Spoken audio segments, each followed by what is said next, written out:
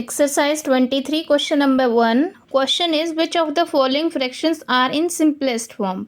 हमें कुछ फ्रैक्शंस दिए हुए हैं, हमें ये बताना है कि इनमें से सिंपलेस्ट फॉर्म में कौन सा फ्रैक्शन है।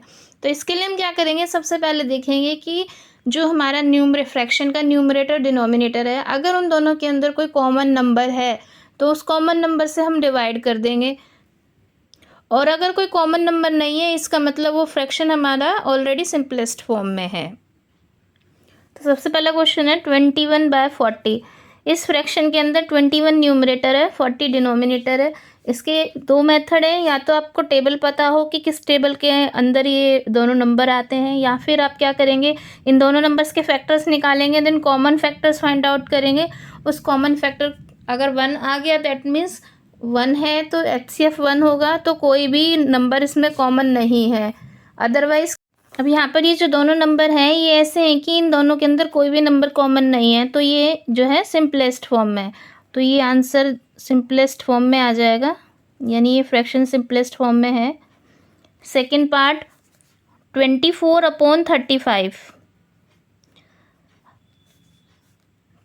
ये जो है 24 2 से डिवाइड होता है, 3 से डिवाइड होता है, 4 से डिवाइड होता है, वैसे ही 35 5 से हो जाएगा, 7 से हो जाएगा, 35 से हो जाएगा।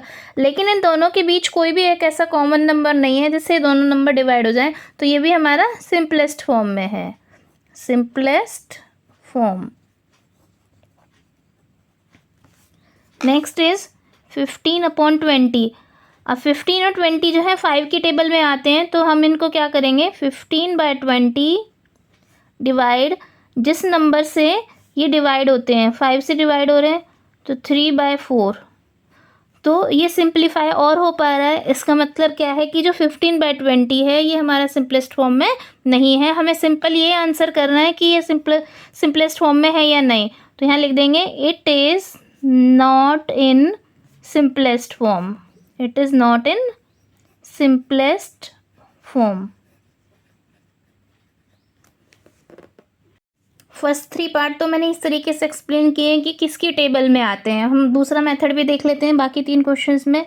36/81, इसके लिए हम क्या करेंगे, पहले इनके फैक्टर्स निकालेंगे। Factors of 36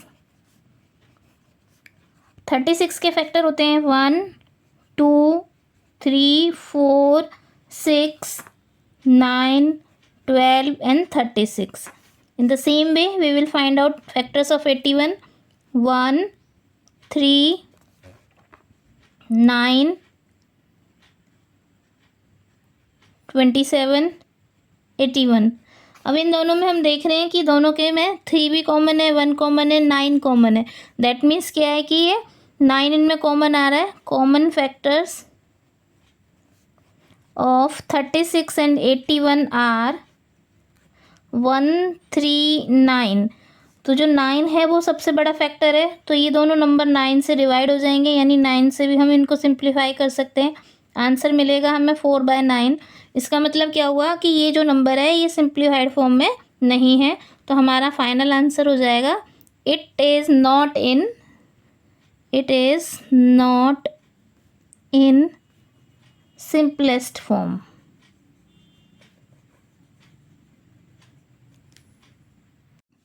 Next part is 24/57. We will find out factors of 24.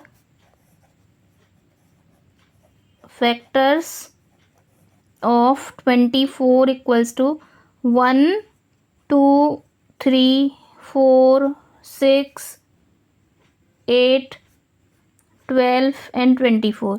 ये सारे 24 के फैक्टर्स हैं। 57 के फैक्टर्स में आएगा 1 3 और 19 एंड 57। ये जो है 1 3 19 और 57 इसके फैक्टर्स हैं। तो दोनों में कॉमन फैक्टर क्या आ रहा है, 3। तो कॉमन फैक्टर इज़ 3, 1 और 3। Common factors are 1, 3। तो इनका जो बड़ा नंबर है उस बड़े नंबर से ये सिंप्लीफाई हो पा रहे हैं 3 से। 24 को 3 से डिवाइड करेंगे तो 8 आएगा, 57 को 3 से डिवाइड करेंगे तो 19 आएगा। डैट मीन्स ये नंबर हमारा सिंप्लीफाइड फॉर्म में नहीं था, तो यहाँ लिख देंगे it is not in simplest form.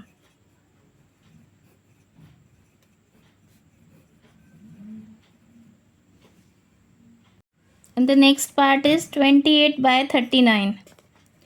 Factors of 28 equal to 1, 2, 4, 7, 14 and 28.